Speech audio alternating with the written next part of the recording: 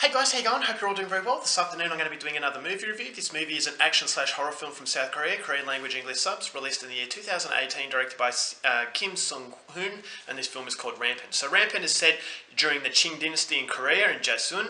Jaesun is definitely a place that is under a lot of stress because the kingdom is falling apart. There is said to be an uprising and a lot of people are betraying each other, especially the king. Now the king is trying desperately to keep things together, but he's having difficulty doing that. So the king, one of the king's sons, is actually returning, and so when the prince arrives, he realizes that not only is his father's kingdom in disarray, but also there is a plague about that is basically turning people into zombie/vampire hybrids. And so this is something that is basically rapidly infecting a lot of people, and so each time night approaches, these infected are actually laying siege upon the kingdom. And so not only does the prince have to try and get some stability in his father's kingdom, but he also has to try and inspire these people to get the bravery to fight back against the supernatural force. And so whether or not he can is something you're going to have to find out for yourself, because that's as far as I'm going for my synopsis. Now my thoughts on Rampant.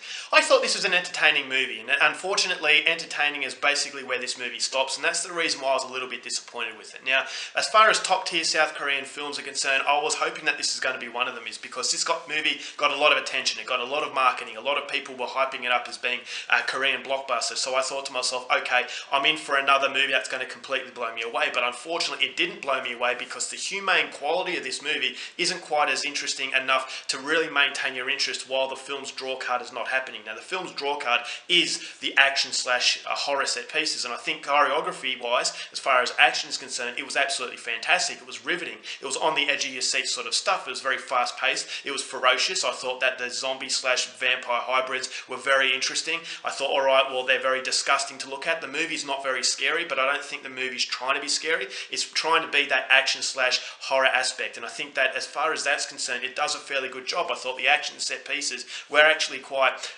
well done, and it does maintain that level. Okay, it's delivering what it promises, and the movie does have a plan B, and ultimately that's the movie's plus, is that it does prevent it from being a completely boring experience, because you have that side of politics, you have that side of humanity, and humanity can just be as destructive as this supernatural force. And so who's going to betray who? Is this guy going to betray this guy? Is this guy going to betray that guy? And is this king going to be able to maintain that level of control? And so that's something that occupies you while the film's draw card is not happening. And so if this is a movie that banked on action and horror all through the 2-hour runtime, it would have been very boring. But because the movie has a plan B, it prevents it from being completely boring. And no one does 2-hour films better than South Korea. But I think this movie, although it doesn't completely outstay its welcome, it's almost getting to that point of exhausting itself, because, as I said, the humane quality isn't quite enough to maintain that level of interest, to sustain that ability to keep your eyes on the screen. So cinematography was absolutely fantastic. The production of this movie looks phenomenal.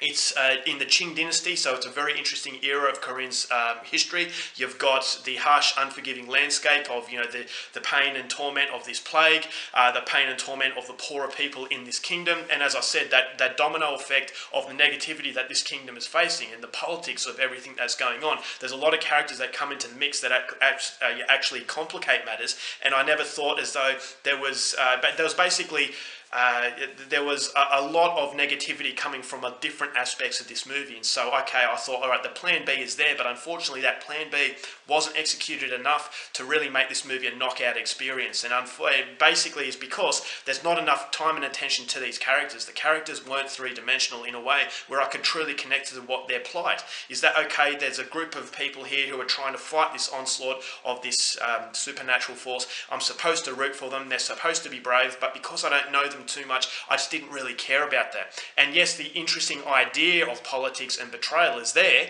and it does prevent it from being a waste of time, but unfortunately you just don't get enough into these characters. And so I just thought there was a very strong level of lackluster superficiality as far as these people are concerned, and it doesn't quite work as well as I wanted it to, and it didn't hit me on the impact that a lot of top tier Korean films do. And so this is a movie that does rely on its action/horror, and after a while you want a little bit more, and you do get a little bit more from these people, but unfortunately it's just not enough. It's just a movie that's trying to say, okay, we're going to put some humane politics in the film, and that's going to be plan B, because when basically you can't have action slash horror from start to finish, because that would become very tiresome. So they're trying to actually shift their focus on these people, but because the people aren't humane enough to really care about and really relate about, I didn't get the emotion right at the end of the film. And unfortunately, because there's not enough emotion on a natural level, they have to up the melodrama a little bit.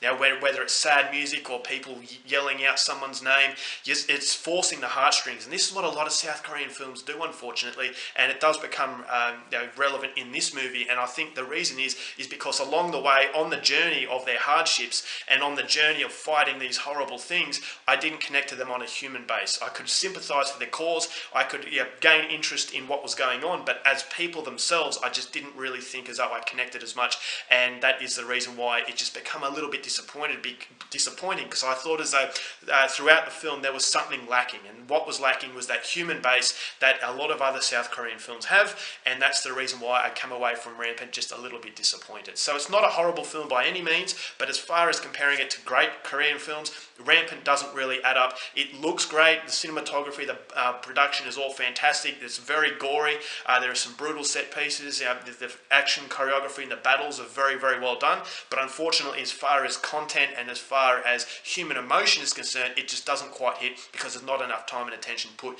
into each and every person. So that was the biggest criticism of the movie. But having said that, if you are a fan of this type of thing, then I would say go and see it. It's not a waste of time, and as a result of that, I'm going to give Rampant 3 stars.